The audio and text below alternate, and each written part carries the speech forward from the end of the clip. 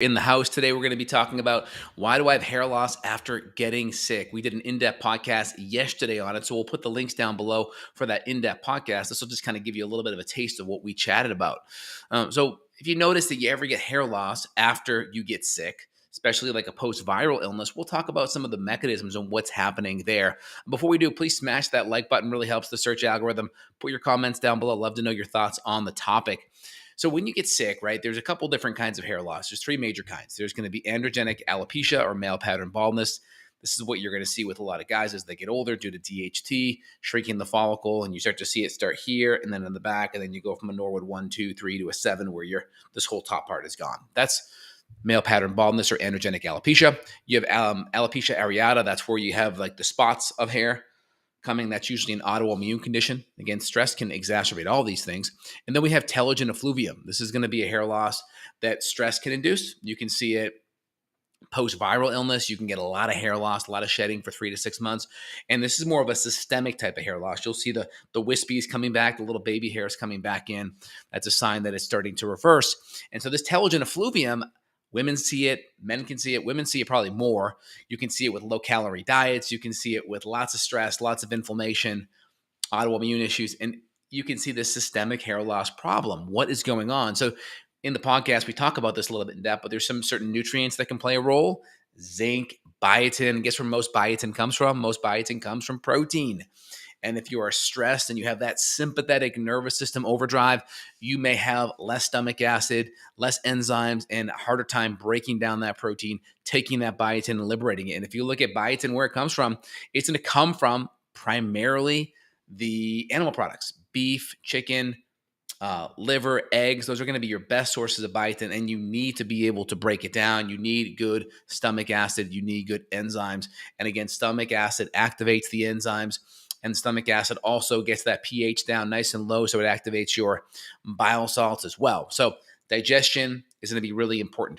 Of course, chronic stress, cortisol plays a big role. Good article by the New York Times last year talking about kind of this post-viral illness type of hair loss scenario. And cortisol is a big driving factor. So the more you are emotionally stressed, that could be emotional issues, right? Relationship stuff, instability at work, finance issues, relationship stuff, whatever it is, that plays a role that interacts with your nervous system that puts you in this sympathetic state. It overactivates the adrenal glands, producing more cortisol, more adrenaline.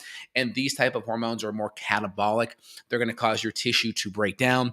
Protein, again, is also in your muscles, your skin, your collagen, but also your hair. So chronic stress like that is going to cause that hair loss. And so that's the emotional stress. Obviously, we have physical things, overexercise. That's going to cause tissue breakdown. That's going to overstimulate the adrenals. And then, of course, if we have anything that's causing digestive distress, if you're not breaking down, absorbing, and assimilating your proteins and your collagen peptides, that could be a problem. So if we have any type of gut issue, that could be a big factor. And if you look at a lot of the big supplements the known name brands that market towards hair loss, they're going to have a couple things in there. They're going to have collagen. They're going to have building block support to help with the actual tissue. You could put biotin in that camp too.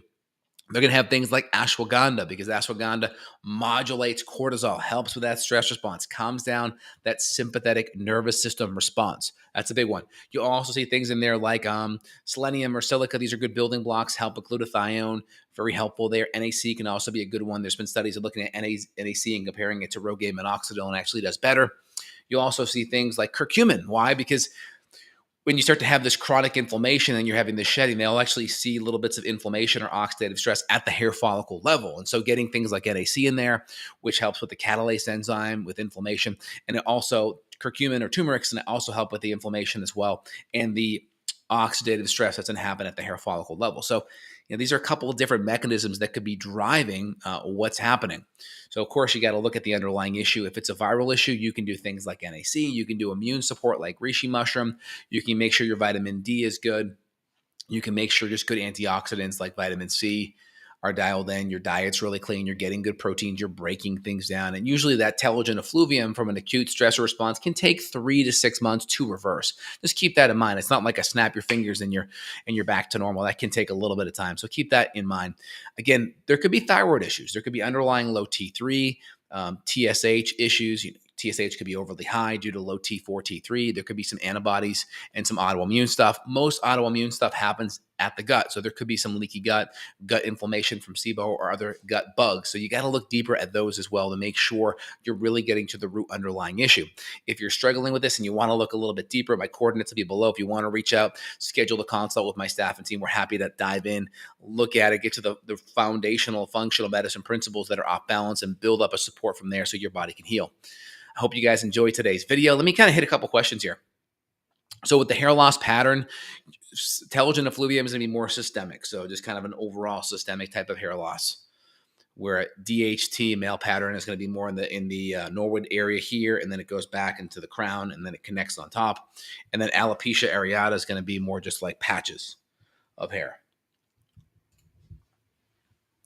Can digestive enzymes help with the breakdown of protein, or is HCl better? So if you look at like just basic physiology and what's happening in your stomach, you have things like gastrin that help with HCl. You have just good digestive function. You're going to zinc, sodium chloride, sea salt. These are all going to build your HCl up. And that HCl is going to provide a nice low pH that activates pepsinogen to pepsin. It also has a mild antimicrobial effect in the gut. It's a mild sterilizing effect. We know this. We make, homemade surface cleaners out of like apple cider vinegar or like white vinegar, right? These are all possible things. Oh, hey, come on, guys, cut it out. Sorry, I got my cat and dog fighting. Cut it out, guys. Okay, where was I? So yeah, you have the acid stuff that can really cause some problems, and obviously we have to have good low acid levels, which decrease the pH. That pH activates a lot of our proteolytic enzymes.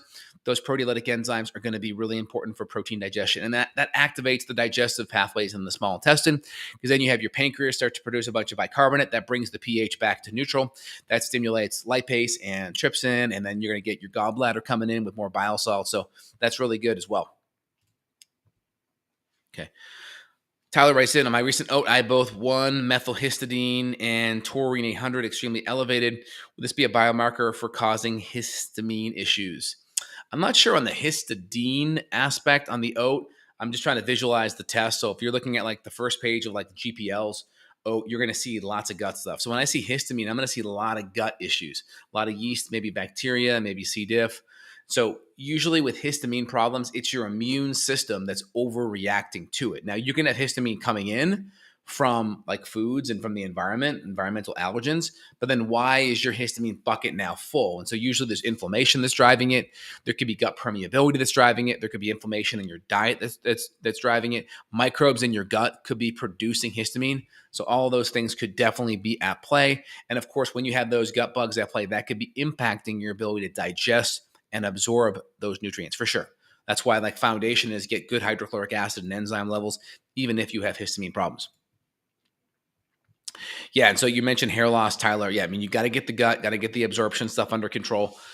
Different strategies that I like to do that are just simple, low-hanging fruit, virtually no side effects, is get a really good microneedling device, 1 to 1.5 millimeters, and you can kind of get that whole area around the scalp hit. You're stimulating blood flow. You're stimulating stem cell production.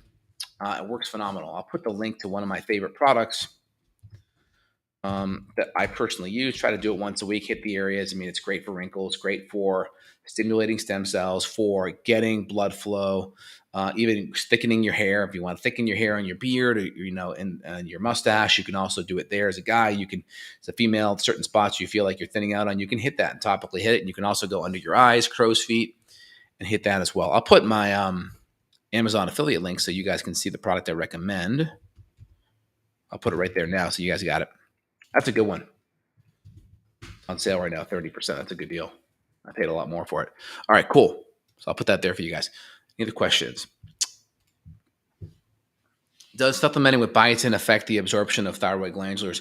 Well, taking in biotin can impact your TSH test. So if you don't want to take a mega dose of thyroid the exact same time, you don't want to take a mega dose of biotin that morning you're going to be testing your thyroid. It can make your TSH go up. I typically just say with thyroid, usually it's the minerals that are going to cause problems like iron or calcium or magnesium. But I just typically say if you're taking like a thyroid in the morning, Grace, I would just take it empty stomach 30 minutes before food. And you could always let it digest in your mouth first and then let it absorb, worst case. But biotin can't impact your thyroid test, so just be mindful of that. Do clients have labs done before first consultation? Typically, I don't make any recommendations. I will look at other labs that have already been done because that can give me insight. If something's been done, I want to look at it and see what's already been assessed. Good question on that. But yeah, I mean, regarding thyroid can be a thing because thyroid hormone is important for growing your hair follicles. So you can see that hair loss. And again, you would see more of a systemic type of hair loss with the thyroid. You wouldn't see it in that male pattern baldness type of setting, right? The Norwood 1 through 7. Women can also get that too. You typically are going to see it more with women that may have more insulin resistance, PCOS, and then they're over secreting their insulin due to blood sugar issues and ovarian cyst and prolactin. The average female typically is not going to have elevations in testosterone that would drive DHT, so that's not necessarily a problem. Topically, I mean, you can do different things as well, but just to keep it simple on this chat today, microneedling is really good. Getting a lot of the nutrients up, getting your digestion, getting collagen peptides. I mean, there are like low dose, Rogaine or low dose topical finasteride at very microdose levels that can be beneficial. But again, that's not going to move the needle on necessarily telogen effluvium per se. All right, guys, hope you enjoyed today's video. If you did, let me know in the comments. Appreciate it. Guys, have a phenomenal day.